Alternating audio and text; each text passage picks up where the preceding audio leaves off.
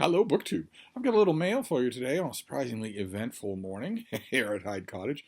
Very watery light. I know it's bright, but it's not yellow. It's very watery winter light. Turned out there was a light dusting of snow first thing this morning, and it's been threatening rain the rest of the day.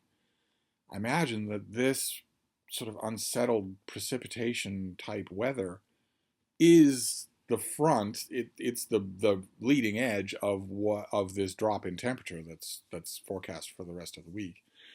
But it made for an inhospitable morning. My little baby does not like precipitation at all. But we do have some mail.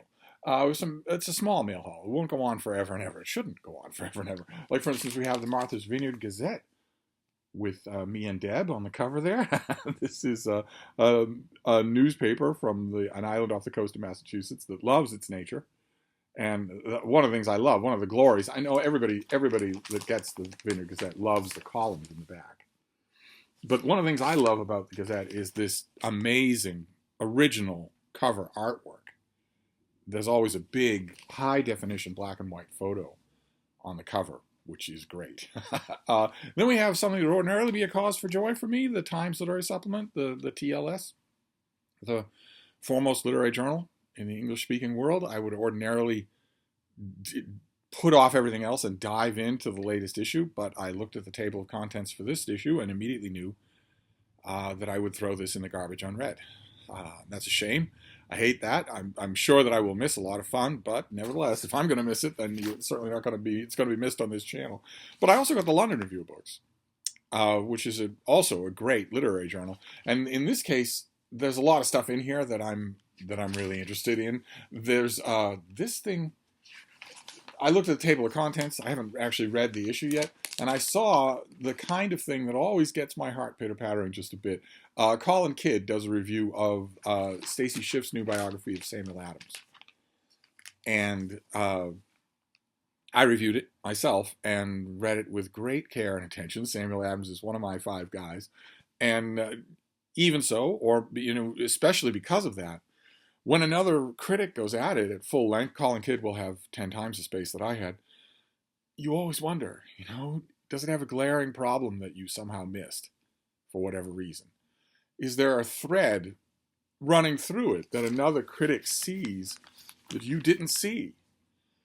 If it's an artsy-fartsy kind of, academic literary criticism thread, then I don't care whether I saw it or not, and I'm going to ignore another critic seeing it. But if another critic spots a thread or a fact or some element in the book that actually impinges on what should be the only audience for book reviewers, which is you, the book reading and buying public, if a reviewer picks up on something like that, some service that I could have done to you in my review that I just didn't do, that I just didn't see or didn't think was important enough or whatever, there's always butterflies in the stomach when you go into a book review by somebody else in a journal when you are already in print, weighing in on that same book. When that happens, my initial reaction before I read a word of theirs is to think, well, you didn't do anything I didn't do. I had limitations of space, but I did as good a review of this book as you did. And it's amazing. I will say that even when I know the critic involved has 10 times my talent. I think it's just a defense mechanism. Colin Kidd is a much more talented writer than I am. I'm not so sure that he's a better critic, but he's a much better writer than I am. Who knows what he will encounter in this book. It'll be fascinating either way, even if he does a plain and simple better job than I did. And I will pull it out and clean it up and date it and put it in my copy of Samuel Adams by Stacy Schiff, which I just found. I didn't get a finished copy from the publisher. I just happened to find a copy. Wonderful. So now I can take all of the stuff. I have all sorts of clipped reviews of this book. I can take them all and put them in that book. So those are the periodicals. 2 hits and a miss. And then we have just one package. So this will be a 10-minute mail haul at the most. So with one package, we'll just open this and that'll be that. I have a feeling that more mail is coming today. But who knows what I'll be ensconced in by the time it does. I probably won't still be making videos by the time it gets here. So what have we got here? Extra. This is a late March release. Oh! Hi, baby. Who's the baby? Who's the baby? Okay.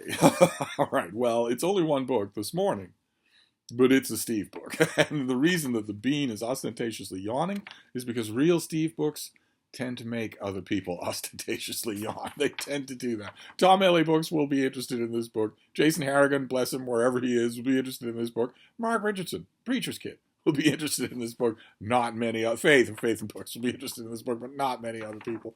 But I am very much so. Oh my. This is by Jeffrey Smith and Brent Landau, and it is called The Secret Gospel of Mark. A controversial scholar, a scandalous gospel of Jesus, and the fierce debate over its authenticity. A tiny handful of people who watch this channel are going, ooh, a tiny handful. And thousands are saying, what?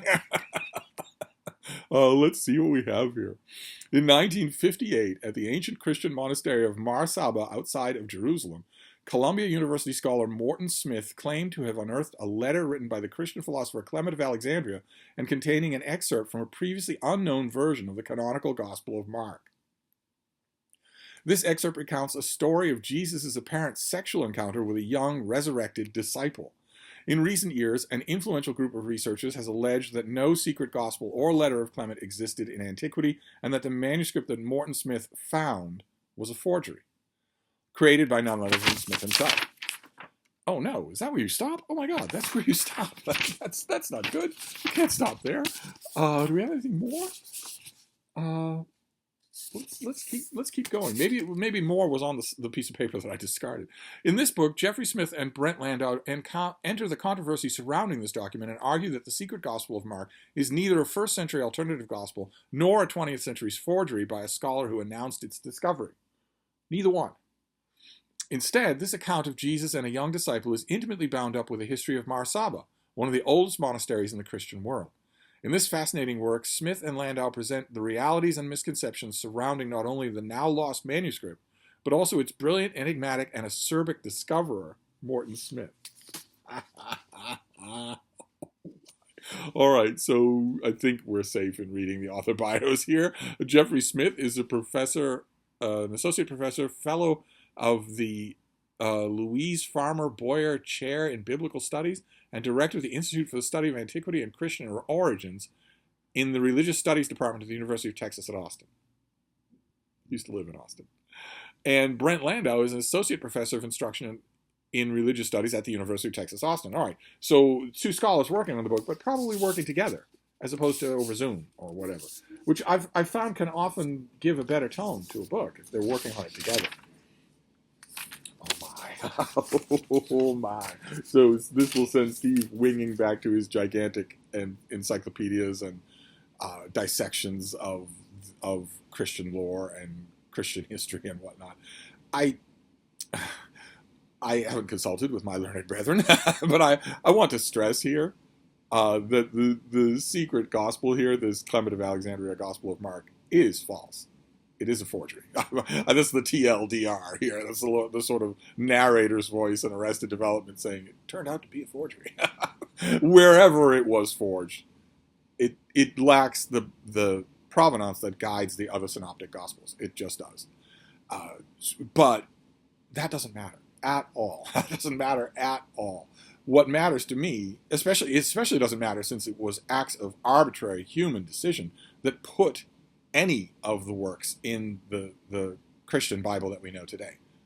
It wasn't, a board of scholars at Nicaea all entering into their conference room to decide which books of the Bible are canonical and which ones aren't. And already in the conference room, having had the pick of the donuts first, is God himself. That's not what happened. It was all a human decision. How to build the table of contents for the Bible was an intensely human decision. So I'm not talking about that it's a fraud or not, or that its provenance is dodgy in the sense of divine inspiration. That's going to be a matter between the faithful and the text in individual cases right down the line. I'm talking about I'm talking about whether or not you wanted to be in that accepted version of the canonical table of contents of Christianity. If you already knew that existed and you were intentionally lying about your own provenance in order to get in that canon, then you're a fraud. But that's not going to change the joy of watching these two scholars ride this thing around the block a few hundred times. Cannot wait. In fact, since it's a free country, will not wait. This is not long. I'm going to need a couple of read-throughs of this. I will read this tonight. So we only had one book. Oh, but it was a Steve book. It was a Steve book. So it's some interesting periodicals and one tragedy in the periodicals and the secret history of Mark. I know, it's ridiculous and it's hard to convey, but a book like that just thrills me. Just thrills me. So even if there is more mail today, it's almost certainly downhill from here. But anyway, I'm going to wrap this up at least until I get more, but I will see you soon.